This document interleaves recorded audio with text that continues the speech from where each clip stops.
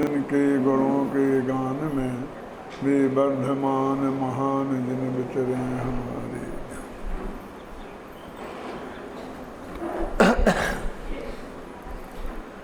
समय सार कर्ता कर्म अधिकार चल रहा है और उसमें अपन कहाँ खड़े हैं इसका आपने पाठ के माध्यम से आप वहाँ तक आए हैं कि भगवान आत्मा रागादि भावों का करता है या नहीं। अब अत्यंत स्पष्ट शब्दों में अपना निष्कर्ष प्रस्तुत वो कर रहे हैं। यद्यपि इसके बाद जो गाथाएँ आएंगी उसमें उसी वजनदारी के साथ वो इसका कर्ता नहीं है ये भी सिद्ध करेंगे। पर हमको लगता है कि ये तो विरोध भाव आ गया, कभी कर्ता कहते हैं और कभी अकर्ता कहते हैं। लेकिन उसके मामले में मैं कई दफ़े बहुत अत्यंत स्पष्ट शब्दों में ये बात कह चुका हूँ कि बहुत सरल है इसका समाधान। असलियत में हम एक बात पर ध्यान नहीं देते हैं कि जब रागादि का कर्ता कहा जाता है अज्ञान अवस्था में अथवा अज्ञानी को, तब वो मिथ्यात्व और के साथ में अनंतानुबंधी कसाय रूप राग की बात है। वो उसके होते हैं और वो उसका कर्ता होता है। और जब रागादि का अकर्ता कहा जाता है तब ये रागादि उसके नहीं होते हैं और इनका ही अकर्ता कहा जाता है, क्योंकि विवाद ही नहीं है ना। और बाकी के जो राग मौजूद हैं तो वो कहते हैं कि वो उसकी यहाँ आप हम राग ही नहीं मानते कि दृष्टि के विषय में, परम शुद्ध निश्चय के विषय में वो है ही नहीं। साफ लिखा है ना कि हल्दी और चूना कभी मिले ही नहीं है, तो मिल करके कौन सा रंग हुआ का सवाल कहाँ खड़ा होता है।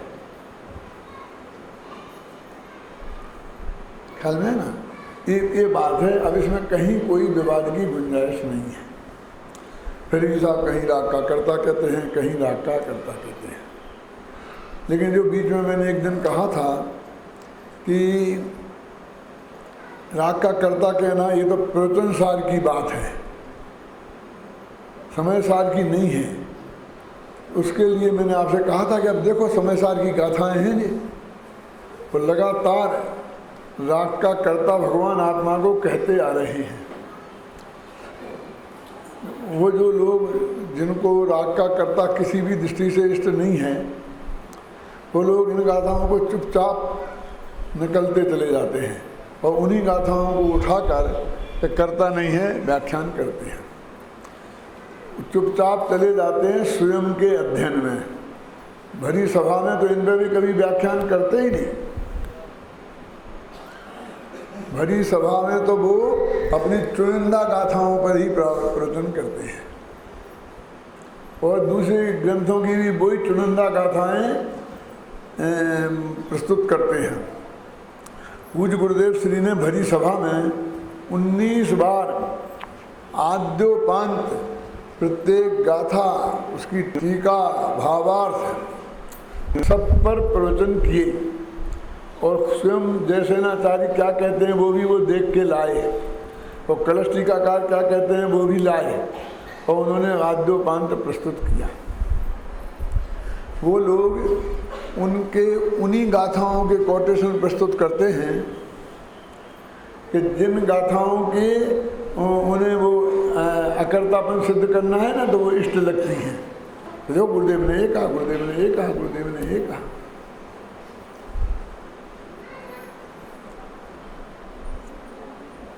गुरुदेव ने तो सब कहा। अब ये जो अपन आ रहे हैं ना कि वचनामृत, फिर उनका सार निकाल के इसमें एक तकलीफ हो सकती है नहीं कह रहा हूँ क्योंकि मैंने पढ़े नहीं, कि उस कलेक्शन करने वालों की जो रुचि है, जो मान्यता है, वे उसी प्रकार के वाक्यों का कलेक्शन करेंगे और अपर पक्ष के वाक्यों को उड़ा देंगे। फिर दूसरा आदमी आएगा तो वो अपर पक्ष के वाक्यों का ही करेक्शन करेगा, तो वो इन्हें उड़ा देगा। तो नया झगड़ा पैदा होगा,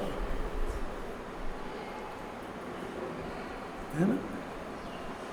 इसलिए अपन ने तो समय सार अनुशीलन में भी, प्रवचन सार अनुशीलन में आदि से अंत तक हर गाथा पे, टीका के हर पक्ष पे जो विपक्ष की बात है उसे भी कोट किया। भले ही उसका समाधान हमें प्राप्त नहीं हो रहा हो तो उस पर अपनी कमेंट्री छोड़ दी कि सब लोग विचार करो। और प्रवचनों में भी अपने समय सार पहली गाथा से शुरू किया है और यहाँ तक अपन आए हैं ना कि उसी क्रम में चल रहा है। यहाँ तक के सारे प्रवचन का वीडियो और ऑडियो दोनों हमारे यहाँ आपको प्राप्त हो जाएंगे।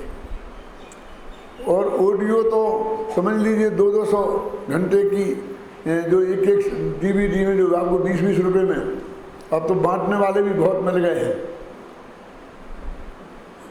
पहुँच जाएंगे आद्योपांत।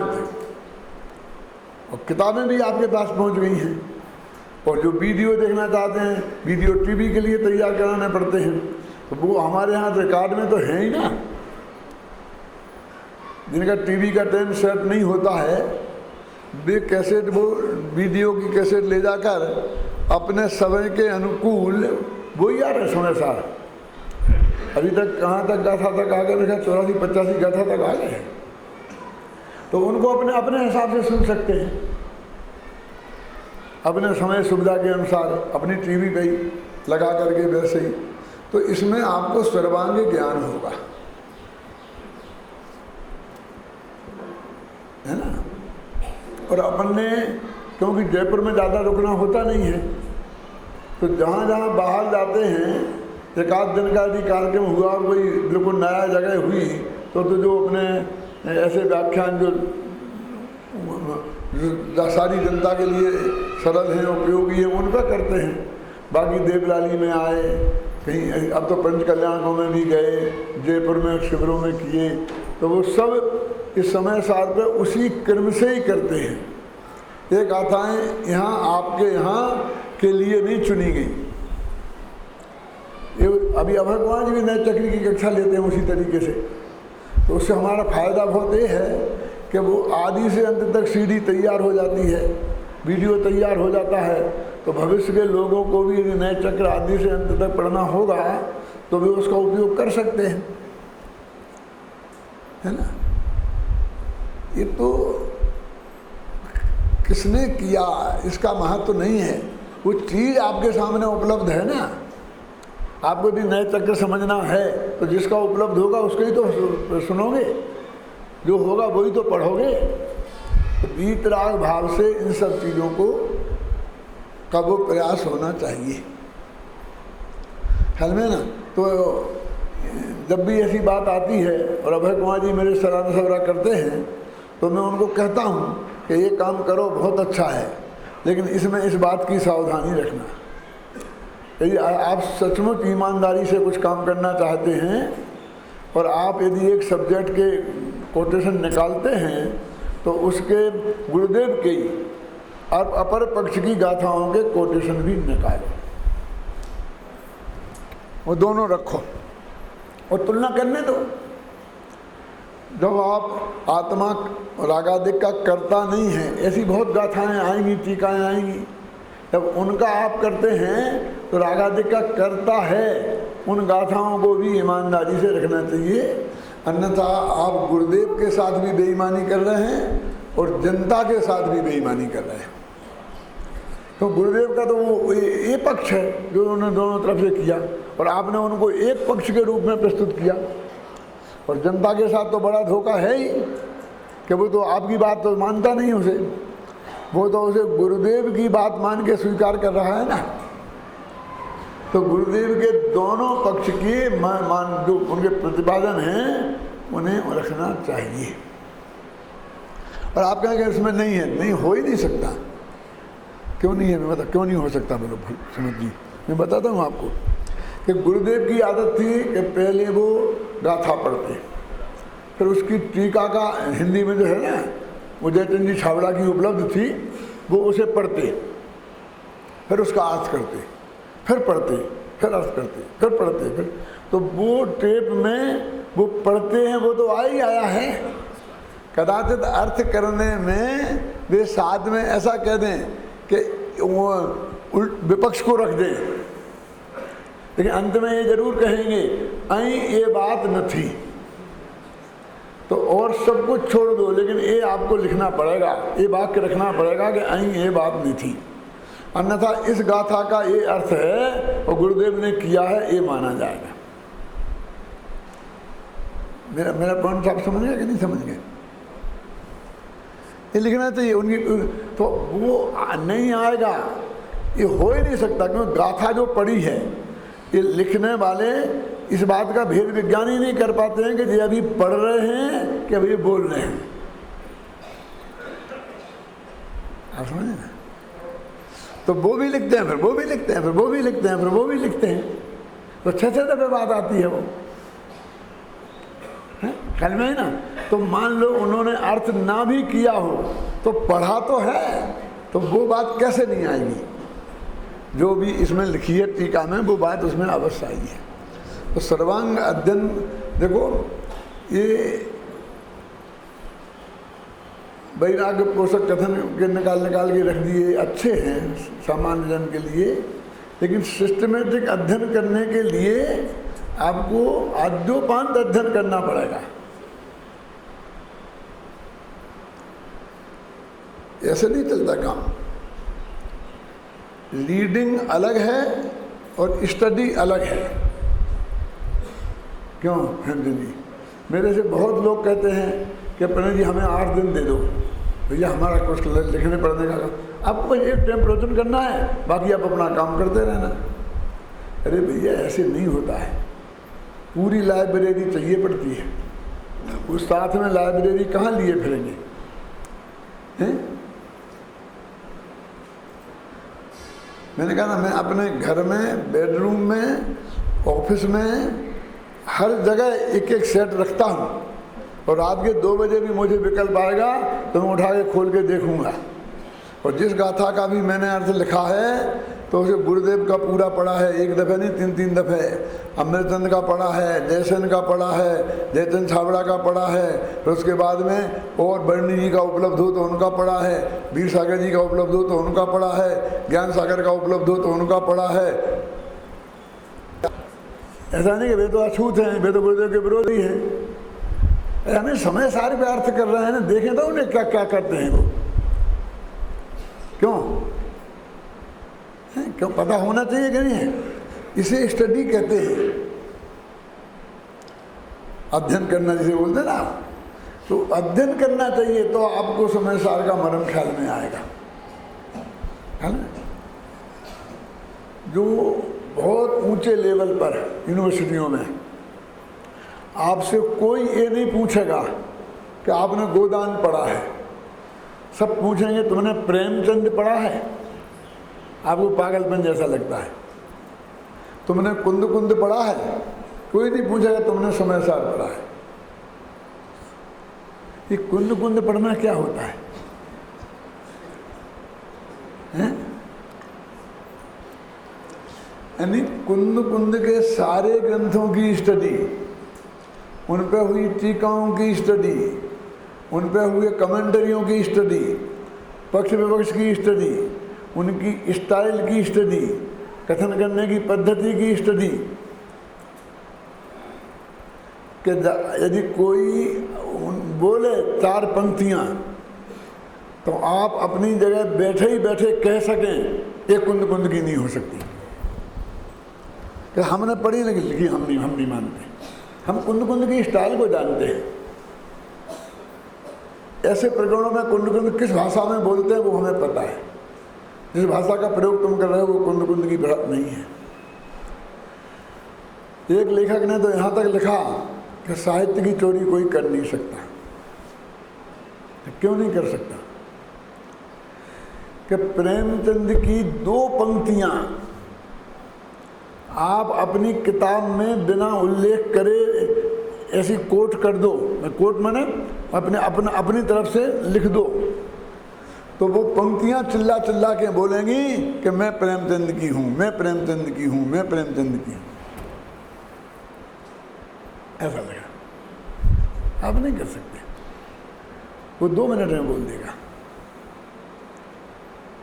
ये तो जयसेन का कथन है, ये फलाने का कथन है। आपने देखा हो ना, ये कवि लोग, लेखक लोग, वो कहते हैं ना कि एक आदमी सड़क पे किनारे पे मर गया। अब ये समाचार सुनाने के लिए प्रेमचंद से कहेंगे तो प्रेमचंद किस स्टाइल में सुनाएंगे, जयशंकर प्रसाद से कहेंगे तो वे किस स्टाइल में सुनाएंगे। और वो यहाँ बनाकर कविता चाहे गद्य यहाँ बना के बोल देता है, आप हंसते हैं, बस खत्म। अब ये तो आपने कहाँ सुना होगा, लेकिन आपने ये तो देखा ही है टीवी पर मनोरंजन के कार्यक्रम में।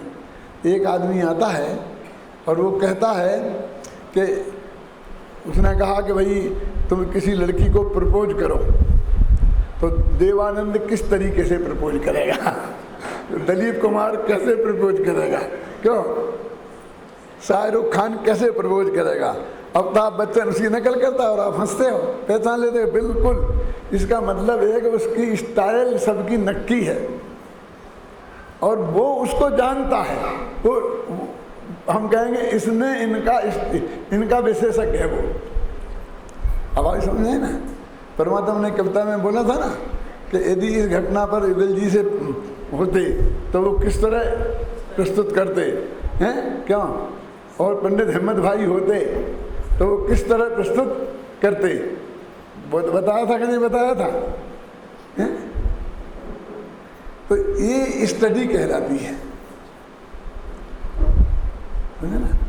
आप ऐसे जैसे आप करते हैं ना, जो उसको बोलते हैं हिंदी में क्या बोलते हैं, संस्कृत में पल्लव ग्राही पांडित्य, इस संस्कृत में बोलते हैं पल्लव ग्राही पांडित्य। पल्लव ग्राही माने ऊपर के पत्ते पत्ते तोड़ने वाले पंडित, जड़ तक नहीं जाते हैं। और हिंदी में क्या कहते हैं, थूक चपेटनी विद्या। क्या नहीं है समझ में? इसका हिंदी अनुवाद है थूक चपेटनी विद्या। वे उनके पास कुछ नहीं है, बस मुंह में बोलते हैं और थूक आता है और ऐसा करते हैं और कुछ उनके पास नहीं है। इसका नाम है थूक चपेटनी विद्या।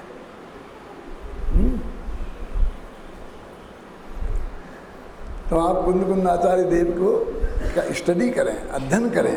आज को इतनी सुविधा उपलब्ध है, गुरुदेव के प्रवचन रत्नाकर मौजूद हैं, अनुशीलन मौजूद हैं, टीकाएँ मौजूद हैं, संस्कृत मौजूद है, हिंदी में और कितनी कितनी महाभाग्य के उदय से। जरा पूज्य गुरुदेव श्री से अपनी तुलना करो, उन्हें क्या उपलब्ध था। ये 6वीं गुजराती पास और संस्कृत की टीकाएँ मौजूद थी। कैसे तो अमरचंद को पढ़ते, कैसे जयसेन को पढ़ते, और उनका अनुवाद भी 200 वर्ष पुरानी जयपुरी ढूंढारी भाषा में पंडित जयचंद छाबड़ा का। अब कहाँ तो कादियावाड़ कच्छ में यहाँ, और कहाँ वो जयपुरी हिंदी, और ये यहाँ की काठियावाड़ी गुजराती के भी बहुत भेद हैं। झालावाड़ी गुजराती अलग है, काठियावाड़ी गुजराती अलग है, कच्छी गुजराती अलग है। तो उसका अर्थ उनने कैसे समझा होगा इतना गहराई से, आप यही सोचेंगे तो आपको गुरुदेव की सच्ची महिमा आएगी। और आपके हिंदी वालों को हिंदी में, गुजराती वालों को गुजराती में, मराठी वालों को मराठी में, कन्नड़ वालों को कन्नड़ में, अंग्रेजी वालों को अंग्रेजी में, सब में उपलब्ध है। इस दृष्टि से हम महाभाग्यवान हैं और हम कुछ नहीं करते, इस दृष्टि से महाअभागी हैं। हम दोनों पे टॉप पर हैं। मैं संस्कृत पढ़ाता था 11वीं क्लास को, तो उसमें एक स्वर्ण पुष्प नाम की किताब थी। क्या नाम था किताब का नाम? स्वर्ण पुष्प। दादा आप भी पढ़ाते थे ना, और उसमें सबसे पहला छंद था तो शंकर भगवान की स्तुति थी, और उसमें ये लिखा था कि हे शंकर भगवान, आप रागियों में भी सर्वश्रेष्ठ हैं और बीतरागियों में भी सर्वश्रेष्ठ हैं। आपने दोनों पे टॉपर से, उस छंद में ऐसा लिखा था। और उसने तर्क दिया था कि आपके एक पैर पर पद्मा, क्या नाम, पार्वती बैठी है और एक आंख की निगाह से आप उसे देख रहे हैं। क्या? इसलिए तो आप रागियों में श्रेष्ठ हैं। और आपका तीसरा नेत्र खुला तो आपने कामदेव को भस्म कर दिया, इसलिए आप वैरागियों में सर्वश्रेष्ठ हैं। क्या? उस छंद का ये अर्थ था और हमको वो पढ़ाना पड़ता था। क्यों? तो लड़के हमारे 300 लड़के हमारे पास पढ़ते थे, वहाँ 5-6 वो थे सेक्शन।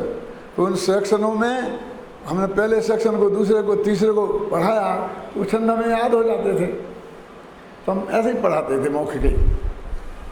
उनमें आधे लड़के जैनियों के, आधे अजैनियों के, सब जानते थे हम किस मान्यता के हैं। एक प्रश्न है साहब, क्या है कि ये बात सच्ची है? जानते थे जैनी है, ये मानते नहीं है, सब जानते थे जैनी अजैनी सब। तो ये बात सच्ची है ऐसा पूछते थे। बोलो क्या जवाब देना? मैं कहता था देखो ये फिलोसफी का पीरियड नहीं है, ये भाषा का पीरियड है। क्या? और इस छंद का यह अर्थ पूर्णतः सत्य है जो मैं आपको बता रहा हूँ। आप समझे? यानी जो मैंने संस्कृत से हिंदी की है वो पूरी तरह सत्य है। और बात ये फिलोसफी वाले पीरियड से पूछना, जब फिलोसफी पूछना है, ये बात पूछना है तो शाम को प्रवचन में मंदिर में आना, वहां बताऊंगा। क्यों? तो ऐसा हो सकता कोई? मैं पूछता, क्या मुझसे क्या पूछते हो? ऐसा कोई हो सकता है कि रागियों में भी टॉपर्स और बीतरागियों में भी टॉपर्स हैं? क्यों?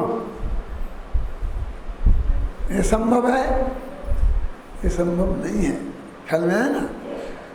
तो ये कहेंगे आपके ही तो लिखा है आत्मा राग का कर्ता और आत्मा राग का कर्ता नहीं, पर दोनों में ही लगी है ना? ही लगी है, लेकिन ही के साथ में नए भी लगा है, अपेक्षा भी लगी है, स्पष्टता भी लगी है। उसमें क्या दिक्कत है? कई दफे समझाने के बाद में भी ये लोगों की समझ में नहीं आता है कि जिस राग का आकर्ता कह रहे हैं वो राग है ही नहीं। क्या? तो उसमें क्या असंभव है? क्यों? उसने गोली चला दी और सामने वाला नहीं मरा, वो हत्यारा है कि नहीं है? गोली चलाई तो हत्यारा है, ये बात भी 100% सच्ची है। और वो नहीं मरा, हत्या नहीं हुई, ये बात भी 100% सच्ची है। अब क्या है कि उसके मरने की अपेक्षा देखें तो हत्या हुई नहीं, और इसके भाव की अपेक्षा देखेंगे तो हत्यारा है। अब यहाँ ही लगाने में कहाँ दिक्कत है? पर अपेक्षा स्पष्ट करने की बात है। देखो पढ़ो, ये पहले शुरू से विगत गाथा में कहा गया है कि भगवान आत्मा स्वभाव से शुद्ध बुद्ध होने पर भी अनादि से ही मोह युक्त होने से मिथ्यात्व, अज्ञान और अवृत्ति भाव रूप परिणमित हो रहा है। अतः यह प्रश्न उपस्थित होता है कि इन मिथ्यात्वादियों का कर्ता कौन है? उन्हें रूप परिणमित हो रहा है ना, तो उनका कर्ता कौन है? तो एक नियम है, यह परिणमति स कर्ता, कि जो परिणमन करता है, परिणमित होता है, वो कर्ता होता है। और यह परिणमन, जो परिणमन है वो कर्म होता है, और परिणति है वो क्रिया होती है। तो इस न्याय के अनुसार रागादिभाव रूप यह आत्मा ही परिणमित हुआ है, इसलिए वो आत्मा करता है। ये एक दूसरा होता है स्वतंत्रता कर्ता। क्यों? यह परिणमति सा करता ये कहाँ है? समय सार में। स्वतंत्रा करता कहाँ है? लघु सिद्धांत कौमुदी में, व्याकरण शास्त्र में। कि कर्ता हम उसे कहते हैं कि जो स्वतंत्र रूप से करे। यदि किसी दूसरे ने कराया तो उसे हम कर्ता नहीं कहेंगे। और समय सार भी इसका समर्थन करता है। कौन सी गाथा है अभय कुमार जी? ध्यान दिला रहा हूं, वो प्रायोजक वाली गाथा है ना? कहाँ? सरस्वत ज्ञान अधिकार में होंगी प्रायोजक हैं? हाँ, स्वयंभू की कथा है कि कि वो कहते हैं कि एक ने ये काम कराया, आज्ञा दी। किसको? कि मजदूर को आज्ञा दी कि इस खेत को तुम खोदो, यहाँ दीवार बनाओ। अब वो दूसरे की जमीन है और उसमें वो दीवार बना रहा है, तो पुलिस किसे पकड़ेगी? उसे रोक सकती है लेकिन उसे गिरफ्तार नहीं करेगी। गिरफ्तार किसे करेगी? जो ये करवा रहा है। तो वो तो प्रायोजक है, वो वास्तव में करता है, और जो कर रहा है वो करता नहीं है। हाँ, प्राकरणिक वाला प्रकरण है ना, प्राकरणिक वाली गाथा है, ये वहाँ है समय सार में सब। अब यहाँ क्या दिक्कत हो रही है आचार्य देव को? कि यह परिणमति सा करता, ये तो नियम आसानी से गले उतर रहा है, लेकिन स्वतंत्र वो तो कर्म के उदय से करता है। तो स्वतंत्र कहाँ रहा? तो करता तो उसको कहो जिसका उदय से हुआ है, जो प्रेरक है, जो प्राकरणिक है। समझ में आया ना? तो आचार्य बता रहे कि प्राकरणिक कुछ नहीं, वो तो निमित्त मात्र है। ये तो आत्मा स्वयं ही प्रागादिक रूप परिणमन हुआ है, ये यहाँ सिद्ध करना है। नहीं तो वो कर्ता सिद्ध नहीं होगा, क्योंकि दोनों परिभाषाएं घटित होना चाहिए, स्वतंत्रा कर्ता और यह परिणमति सा कर्ता। समझ गए ना? तो अभी देखो सब इसमें आएगा। मैं अभी टीका पढ़ूंगा, ये सब बात मैं आपको बता रहा हूँ, वो सब इसमें है, वो ही बता रहा हूँ। यहाँ वहाँ की गप्पे नहीं ठोक रहा हूँ, जिससे आपके दिमाग में वो सेट हो जाए तो जल्दी से ये बात समझ में आए। देखो गाथाएं पढ़ते हैं। ए देशवे उभयोगो दिव्यो शुद्धो निरंजनो भावो जम सो करे दिभावम उभयोगो तस्य शोकत्ता जम गुण दिभाव मादा कत्ता सोहोदि तस्य भावस्य कम्मत्तम परिणम दे तम विषयं पोगलम दब्बम यद्यपि उपयोगितो नित्य ही निरंजन शोध है।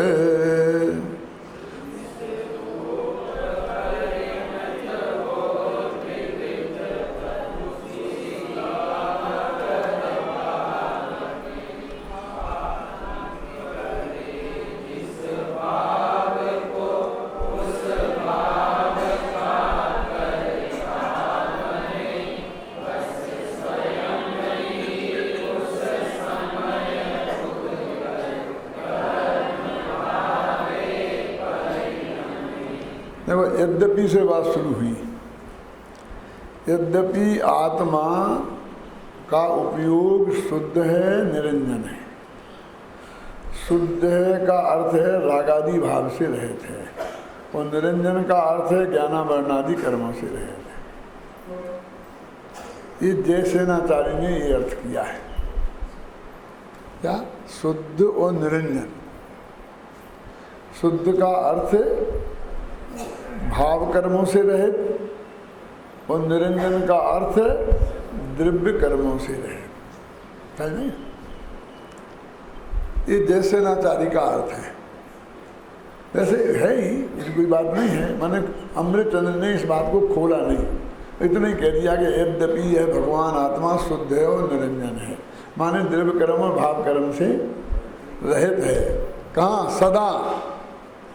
सदा कहाँ लिखा? नित्य लिखा ना, नित्य। नित्य ही निरंजन शुद्ध है। यद्यपि उपयोग तो नित्य ही निरंजन शुद्ध है। जो प्राकृत भाषा में जो बात है वो तो आई है, लेकिन इसमें और स्पष्टता के लिए ही भी लगाई है और वो यद्यपि लगाई है, ख्याल में ना। अब जब नित्य ही निरंजन शुद्ध है, यद्यपि तथापि तो भी जिस रूप परिणत हो त्रिविध वह उसी का कर्ता बने। वो तीन प्रकार के जो है मन जिस रूप से परिणमित होगा वो उसका कर्ता बने। यद्यपि है तथापि कर्ता बनेगा, कि तथापि तो नहीं है, कहीं गद्य में है, देखो गद्य में पढ़ो। यद्यपि आत्मा का उपयोग शुद्ध और निरंजन भाव है, तथापि तीन प्रकार का होता हुआ वह उपयोग जिस भाव को स्वयं करता है उस भाव का वह कर्ता होता है। ठीक है? तो गद्य में क्यों नहीं है पद्य में क्यों नहीं है? अब पद्य में जगह नहीं थी, सकला कुकड़ी थी, और यद्यपि लगा दी, जहाँ यद्यपि लगती है वहाँ तथापि लगती ही है,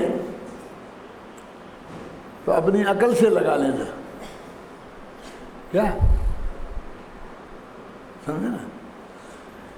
यद्यपि शुद्ध है तो भी जिस भाव का उस भाव रूपे प्रणव त्रिविध, त्रिविध माने मोहराग देश, जिन मोहराग देश रूप भावों रूप से परिणत होता है वो उसका कर्ता होता है।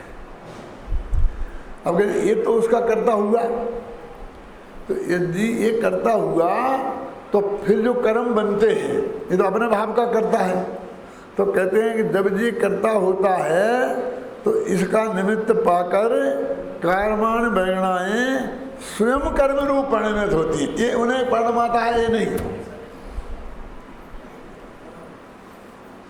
समझे ना? आगे और पीछे, पीछे चलो। पीछे कहाँ?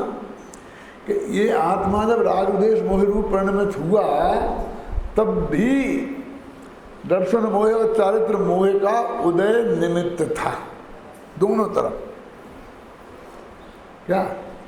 जब आत्मा राग द्वेष मोह रूप परिणमित हुआ तो कर्म का उदय मिथ्यात्व और चारित्र मोह दर्शन मोह, कर्म का उदय निमित्त था और इनके निमित्त से आगामी कर्माण बैगणाएं कर्म रूप परिणमित हुई। ये निमित्त निमित्त भाव है, लेकिन दोनों जगह स्वयं लगा देते कि ये निमित्त से नहीं हुई, स्वयं परिणमित हुई। पुरुषार्थ निभाए के ठंड बोलो, पुद्गलः कर्म स्वयं एव परिणमन्ते पुद्गलः कर्म भावेने। पुरुषार्थ निभाए की है ना कि जब आत्मा रागादि रूप परिणमित होता है तो पुद्गल स्वयं परिणमते, स्वयं ही कर्म भाव से परिणमित होता है। या सामने मोर हो तो दर्पण स्वयं ही मोर रूप परिणमित हो जाता है। क्या?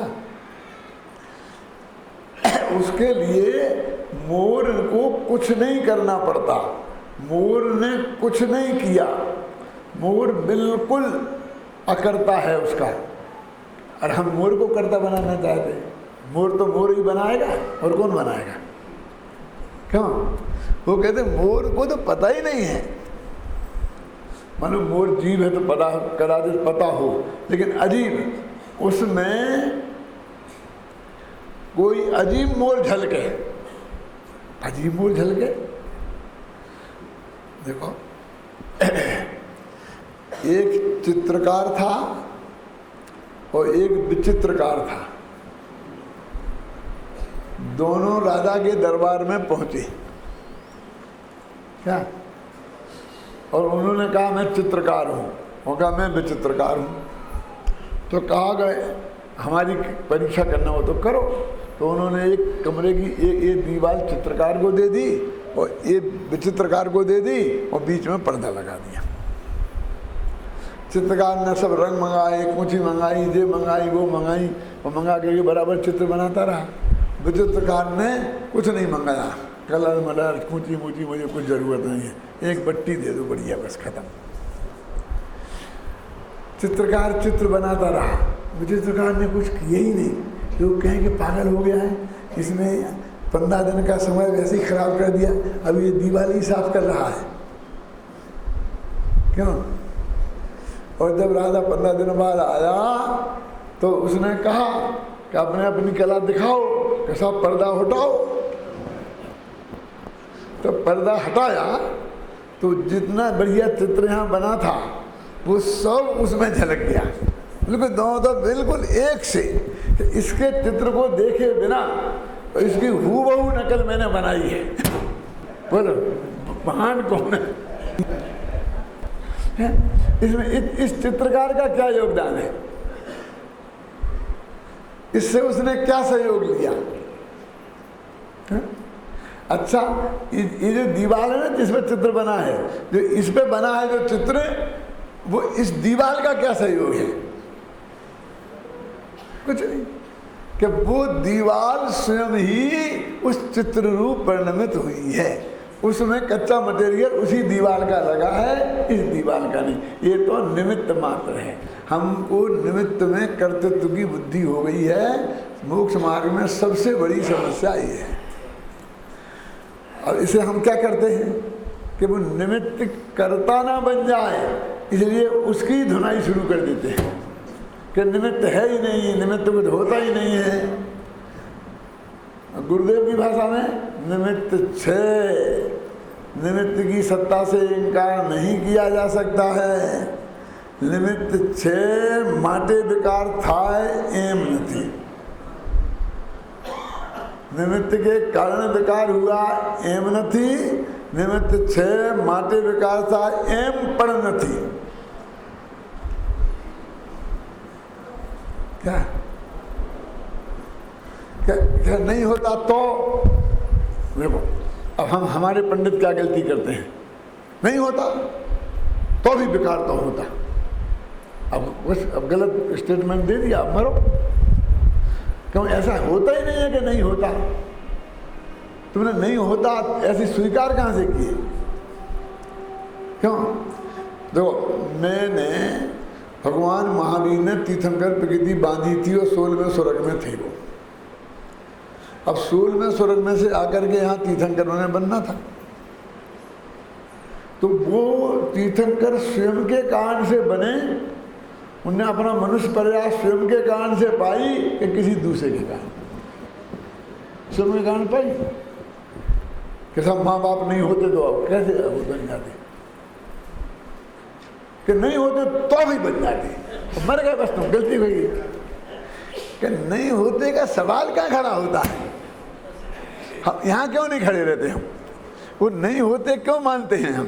क्योंकि जब वो निमित्त तो होता ही है तो हमने नहीं होते क्यों माना? वो सिद्ध करने लगता है। बताओ, माँ बाप के बिना बेटा कहीं हुआ हो तो अब तो रिपीट खाना ही है ना। वो कहते हैं निमित्त होता ही है, लेकिन महावीर के मनुष्य पर्याय में उपादान महावीर का आत्मा है और निमित्त मनुष्य गति नाम कर्म का उदय है, मनुष्य आयु कर्म का उदय है, और माँ बाप तो बाही निमित्त है। लेकिन महावीर मनुष्य पर्याय रूप परिणमित अपने से हुए, ना माँ बाप से हुए और ना उन कर्मों के उदय से हुए। ये जो बीच की संधि है, हमने अपने जोड़ में वहाँ से रस्सा कसी होती है। कभी देखी रस्सा कसी? एक 10-20 आदमी इधर होते, 10-20 आदमी इधर होते, और दोनों बीच में खींचते हैं पूरी ताकत से, और जो खींच ले जाएगा वो जीत गया। कोई भी पार्टी खींचने से नहीं जीतती है, पहले वो ढील देते हैं। 1 फुट सामने वाले को खींचने देते हैं और फिर खींचते हैं तो जीतते हैं। ऐसा क्यों होता है? क्योंकि वो जहाँ खड़े हैं ना, तो उनने पैर अच्छी तरह से जमा लिए हैं, मट्टी को ठीक करा करके और ऐसे करके बराबर पोजीशन बना लिए।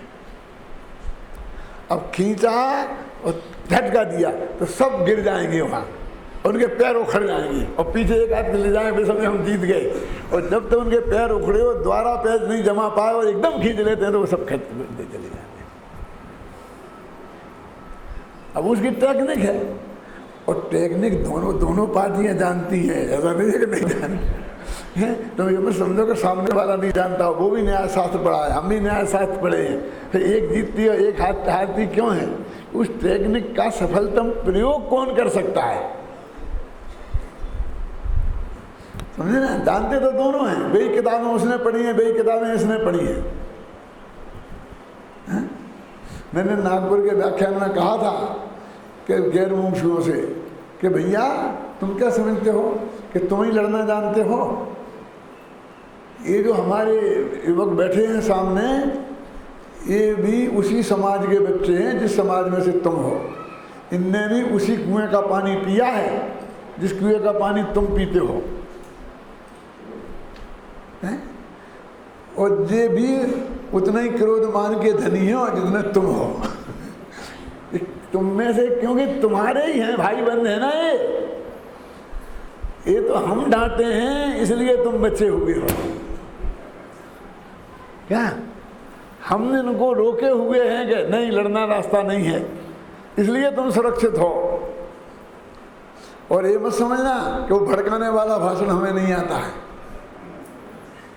क्यों? ये उत्तेजित करने वाला भाषण हमें नहीं आता है, वो भी हम कर सकते हैं, लेकिन होगा क्या? धर्म तो नष्ट हो जाएगा, धर्म का प्रचार तो होगा नहीं, है? क्या? एक अपने ही विद्यार्थी ने हमने कहा चूड़ियां पहन लो, चूड़ियां जब होने होता है, हमने ये नहीं कहा तुम क्या समझता है, ऐसा करता निकाल दो साले को बाहर, लगाओ डंडा।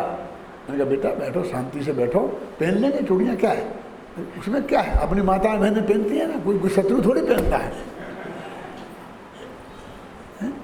लेकिन ये बताओ कि चूड़ियां उतारे बिना तुम क्या कमाल करना चाहते हो?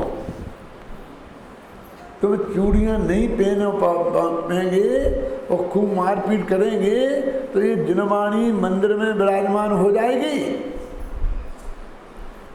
क्यों? वहां ले जाकर के द्वारा विराजमान कर सकते हो, और ऐसे दुष्टों के यहाँ विराजमान करना कोई अच्छी बात है? अरे अपनी माँ अपने घर आई है ससुराल में परेशान होकर, बेटे के पास आई है, क्यों? उसका स्वागत करो। और क्यों चिंता करते हो? यदि वे चाहेंगे तो हम उसी मंदिर में से विराजमान करेंगे, वे चाहेंगे तो, नहीं तो अपन दूसरा मंदिर बना लेंगे, लेकिन ये जिनवाणी तो मंदिर में विराजमान होगी होगी और होगी। और लाभ किसमें है कि वे लोग विराजमान करें इसमें कि नहीं विराजमान करें इसमें? कहने में अच्छा नहीं लगता, कहने में तो यही अच्छा लगता है कि वहीं विराजमान हो जाए तो बहुत बढ़िया, लेकिन हुआ ये अच्छा कि उनने विराजमान नहीं करी तो उनसे बड़ा अपना मंदिर बन गया। वो तो पुराना है, 50 साल पुरानी बिल्डिंग, और अपना बड़ा नई टेक्निक से सीमेंट कंक्रीट का, क्यों? पुराना, और उसमें जाके विराजमान हुई है। बोलो अब ये बढ़िया, ये तुम्हारी स्वाधीनता का आंदोलन है, तुम्हें आज आज़ादी मिल रही है, आज तुम्हें 15 अगस्त है, आज तुम्हारा स्वतंत्रता की खुशियां मनाओ, रोने मत बैठो। भी अपन माथे पर लेकर चलेंगे जिनवाणी माता को, अभी अपने तत्काल मंदिर नहीं है तो किसी अपने श्रावक के घर विराजमान करेंगे। हमारे घर में इतनी जगह नहीं है क्या? है? लेकिन हम नया मंदिर तब तक नहीं बनाएंगे कि जब तक ये हमारे साधर्मी भाई इस जिनवाणी माता को रखने के लिए तैयार होंगे तो हम नहीं बनाएंगे, क्यों? हम समाज को नहीं तोड़ना चाहते। मेरे कहने का अर्थ ये है कि अभी हटना तो, लेकिन वो मूल मुद्दे की बात हमारे ख्याल में रहना चाहिए। दृढ़ता नहीं कहने, हाँ बिल्कुल निमित्त करता है ही नहीं, खूब ही लगाओ ना, छेद है, बस पीछे उपादान की अपेक्षा, इतना लगा देना, बस खत्म। शुद्ध निश्चय नैसे, यद्यपि उपयोग तो नित्य ही निरंजन शुद्ध है, तथापि जिस रूप पर नित्य हो, समझे ना, वह उसी का कर्ता बने। अब तथापि लगाना हो तो त्रिविध हटाना पड़ेगा, लग सकता है क्यों, लेकिन वो तो साइलेंट भी अपना काम करता है, तो क्या जरूरत है। आत्मा जिस भाव को करता है, लिखा ना, आत्म करे जिस भाव को, उसे कहा भाव का करता बने। करे माने उस रूप परिणमित हो, या परिणमित जैसा करता है ना, बस स्वयं ही उस समय पुद्गल कर्म भावे परिणम। उपकारमान वर्णा को कर्मरूप भी आत्मा ने नहीं परिणमाया, क्यों, दो द्रव्य के बीच में वज्र की दीवार है, उसे कोई तोड़ नहीं सकता, और बिना तोड़े उसे परिणमा नहीं सकता। लेकिन वो इसके परिणमित हुआ तो उसमें इसका निमित्त अवश्य है। अब इसको जरा उदाहरण देके समझाता हूँ, बहुत अच्छा है, सादा आपने सुना होगा पहले। एक कमरा है बहुत बड़ा, और उसके बीच में एक दीवार है कांच की, लेकिन कांच इतना पारदर्शी है कि पता ही नहीं चलता कि वो कांच है कि नहीं है। और उसमें इस तरफ हमने एक बकरे को रखा और उस तरफ एक शेर को रखा, 7 दिन का भूखा शेर, 7 दिन का भूखा बकरा।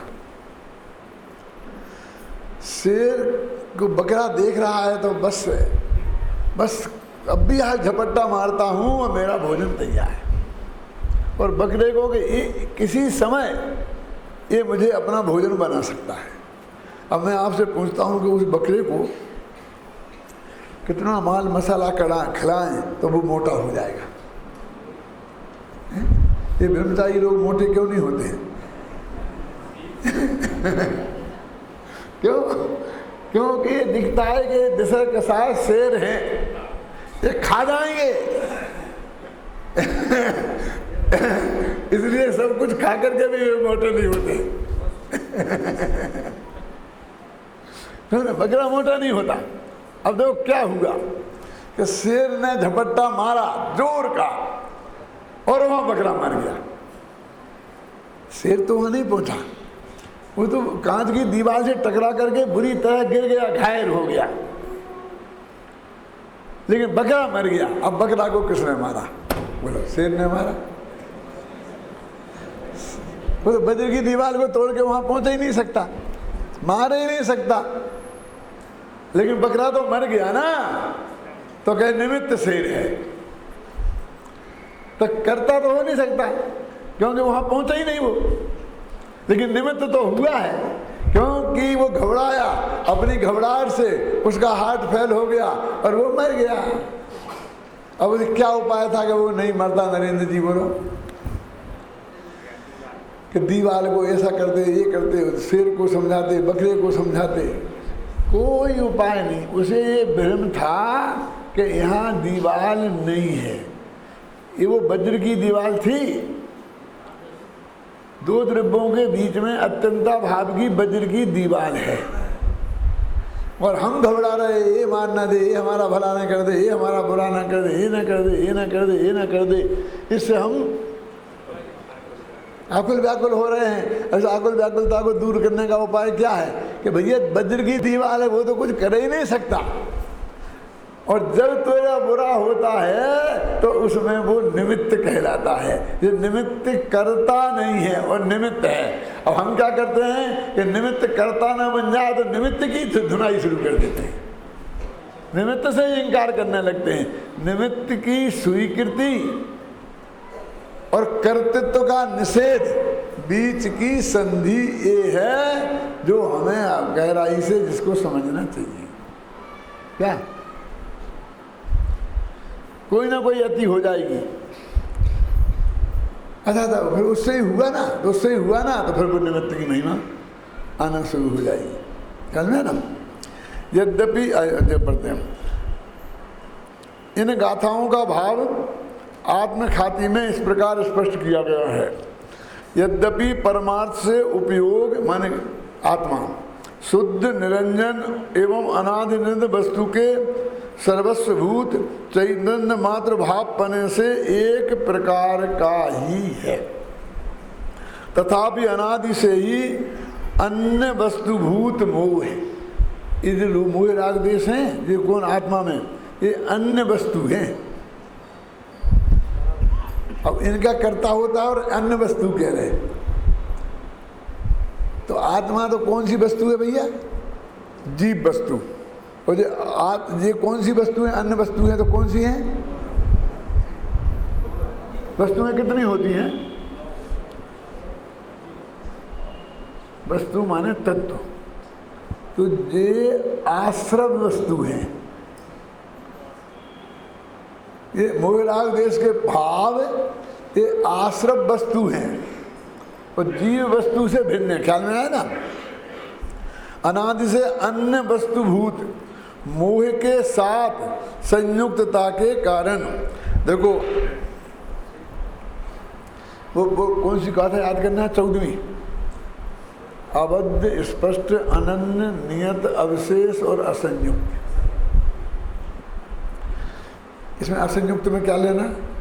नीलेश मालूम है? अध्यात्म। असंयुक्त में क्या लेना? अब प्रतिष्ठित विद्वानों का नाम नहीं लूंगा, घबरा बहुत स्पष्ट है। असंयुक्तता पर द्रव्यों से नहीं लेनी, रागादिक की लेनी। क्यों?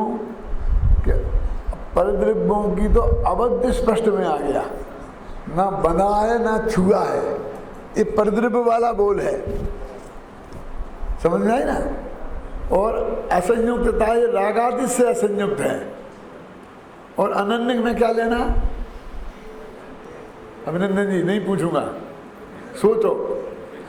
अनन्य में ये मनुष्यादि पर्याय, ये मनुष्य, ये असमान जाति व्यंजन पर्याय। मैं मनुष्य नहीं हूँ, देव नहीं हूँ, मैं नारकी नहीं हूँ, ये अन्य अन्य है। वो इनमें सब में मैं अनन्य हूँ। ठीक है? फिर क्या? अबद्ध स्पष्ट अनन्य। और नियत में क्या लेना? सद्गुणी हानि विद्धि से रहित और गुणों का अविभागी प्रच्छेदों का परिणमन। नियत। अब क्या हो गया? अबद्ध स्पष्ट अनन्य नियत। और अवशेष में क्या लेना? गुण भेद से रहित। और संयुक्त में क्या लेना? रागादि से रहित। लिखा ना? अन्य वस्तुभूत मोह के साथ असंयुक्तता। 14वीं गाथा का 5वां बोल। ये याद आना, इस तरीके से कहते हैं कि जब याद करो तो वो याद आए कि कहाँ वहाँ क्या कहा, यहाँ क्या कहा, ये बात और जगह कहाँ गई। प्रवचन गुरुदेव की आप देख रहे, प्रवचनसार में ये कहा, फलाने में ये कहा, यहाँ ये कहा, यहाँ ये कहा। जो ऐसा ऐसा जहाँ कहा वो तो सब बोलते ही थे, और इसके विरुद्ध कहाँ कहा वो भी बताते थे। क्यों? और फिर कहते थे अरे ये बात न थी, पर यहाँ ये बात नहीं है। अब हम क्या करते हैं कोटेशन को कि 14वीं गाथा की टीका में उनने लिखा, गुरुदेव श्री ने, और वो जो उनने अन्य ग्रंथों का उदाहरण दिया था इसके विरुद्ध वाला, वो कोट करते हैं कि देखो लिखा ना साहब। अब वो छोड़ दिया कि अई ये बात न थी, बात खत्म हो गई। वो तो दूसरी बात उन्हें याद आ कि वो बता दी। मैं बताऊँ आपको मर्म की बात। मैंने सबसे पहले समयसार वगैरह पढ़ा, अशोकनगर में आया था ना, तो वहाँ पर मुझे एक समयसार नाटक समयसार मिला। वो नाटक समयसार पूरा, उसका नाम था अध्यात्म कमल मार्तंड।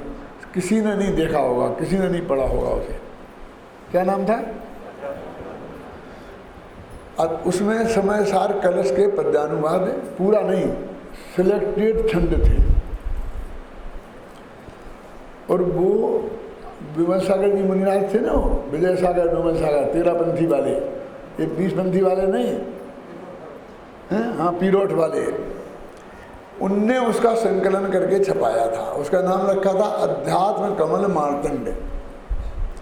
मेरे ख्याल से वो सूर सागर जी की परंपरा के थे, हो सकता है उसको सूर सागर जी ने संकल्प किया होगा।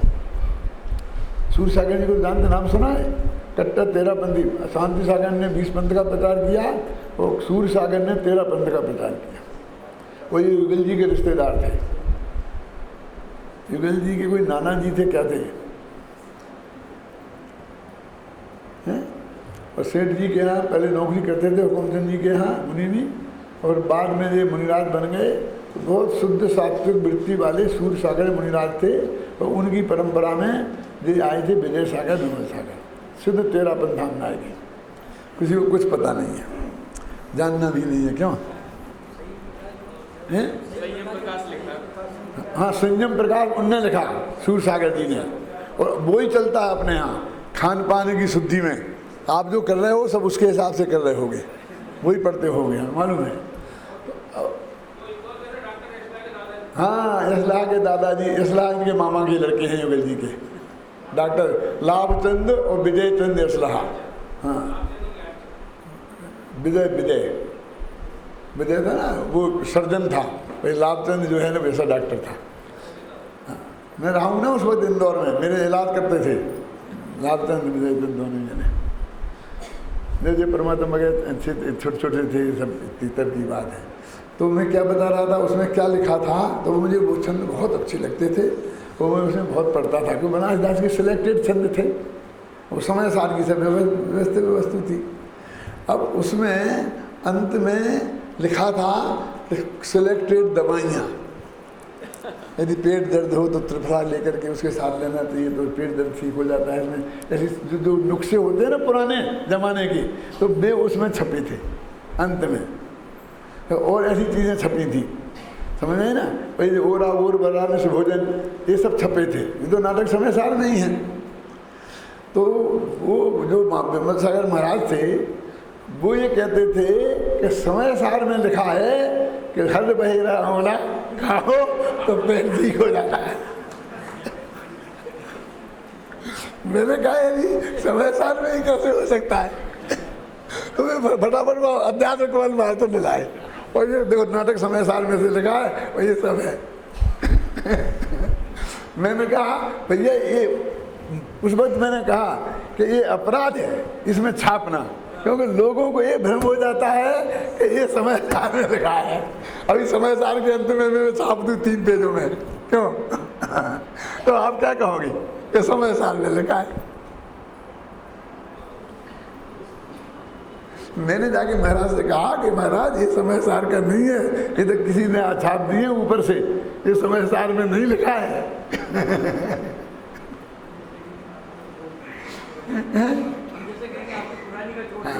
वो उसके एक एक पन्ना मेरे अभी ध्यान में आ रहा, कितने मोटे अक्षर थे, कितना था, कितनी इसकी इतनी साइज थी उसमें। अब वो छंद उसे पढ़ते मैं बहुत प्रेम से पढ़ता था, बहुत दिनों तक मेरे पास रहा भी है कि नहीं है, तो भी पुरानी बहुत किताब हो गई होगी।